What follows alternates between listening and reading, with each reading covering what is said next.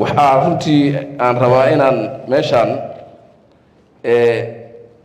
aan ka idhaahdo shaqaalaha wasaaradda arrimaha dibadda iyo diblomaasiyiinteenu waxaad tihiin wejigii ummadda Soomaaliyeed ayaa tihiin oo aad iyo aad runtii aan idinku mahadcelinayo sida aad u shaqayseen. waxaad tihiin iibgeeyayaasha kuwa iibgeeya magaca iyo maqaamka dalkeenna idinka ayaa iibgeeya. waxaad tihiin matalayaasha iyo difaacayaasha danaha iyo masaalixda dalkeenna ayaa tihiin. waxaan garowsanahay duruufaha adag ee aad ku shaqaysaan. waxaan idinku ammaanayaa adkaysigiinna iyo waddaniyaddiinna. waxaad se ogaataan waxaynu ku taagannahay jidkii ama dhabbihii aynu duruufahaas adag uga bixi lahay. marka waxaa laynaga rabaa adkaysi iyo inaan cagaha dhulka waxoogaa ku hayno, waana ka bixi doonaa insha allah. waxaan ammaan u soo jeedinayaa wasiirka wasaaradda Axmed Macalin Fiqi oo muddadaas sanadkaa uu joogay runtii aan ahayn oo keliya wasiir arrimo dibadeed, laakiin kaga duwanaa ama waxoogaa kaga duwanba wasiirada inta badan inuu yahay wasiir afar kalla oo dhowr dhinac ka dagaalama, dhowr jiha ayuu ka dagaalamaa. marka aad iyo aad ayaan runtii ugu mahadcelinayaa. dadka Soomaaliyeed waxay markhaati ka yihiin sidii runtii uu ugu adkaa ee uu uga shaqeeyey habeen iyo maalin asaga oo gacmaha iyo lugaha iyo afkaba ku dagaalamaya arrintii MOU-ga. waxaan hubaa wasiirku qof kasta ayba dhaliilo leeyahay, laakiin Axmed Macalin Fiqi wixii ka qaldama ka qaldama, laakiin waxaan hubaa inuu yahay nin mukhlis ah oo aad iyo aad u jecel dalkiisa iyo dadkiisa.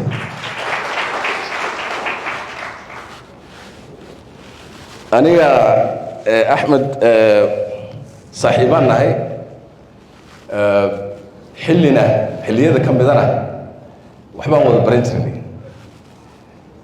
marka waxaan aad ugu aqaanaa nin firfircoon oo aad iyo aad u karti badan. marka waxaan hubaa in uu shaqada loo diro inuu ka soo baxayo. aad iyo aad buu ugu mahadsan yahay runtii madaalanimadiisa iyo shaqadiisa adag oo uu asalka u leeyahay. wasiir Cabdisalaan